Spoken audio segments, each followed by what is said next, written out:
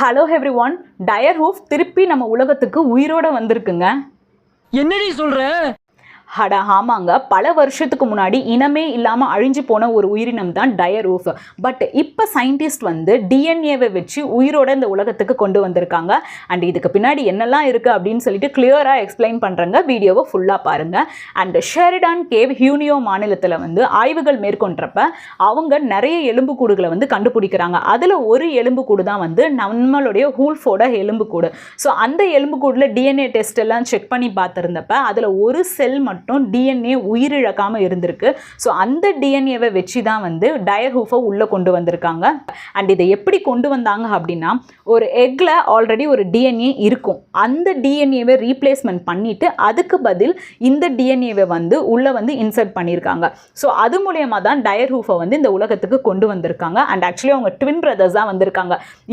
So கண்டிப்பாக இந்த ஆய்வை மேற்கொண்ட கொலாசல் பயோசைன்சஸ் அப்படின்ற டீமுக்கு நம்மளுடைய தேங்க்யூவை சொல்லியே ஆகணுங்க. அண்ட் இந்த வீடியோ பிடிச்சிருந்தால் லைக் பண்ணுங்கள், கமெண்ட் பண்ணுங்கள், ஷேர் பண்ணுங்கள். And thank you so much for வாட்சிங்.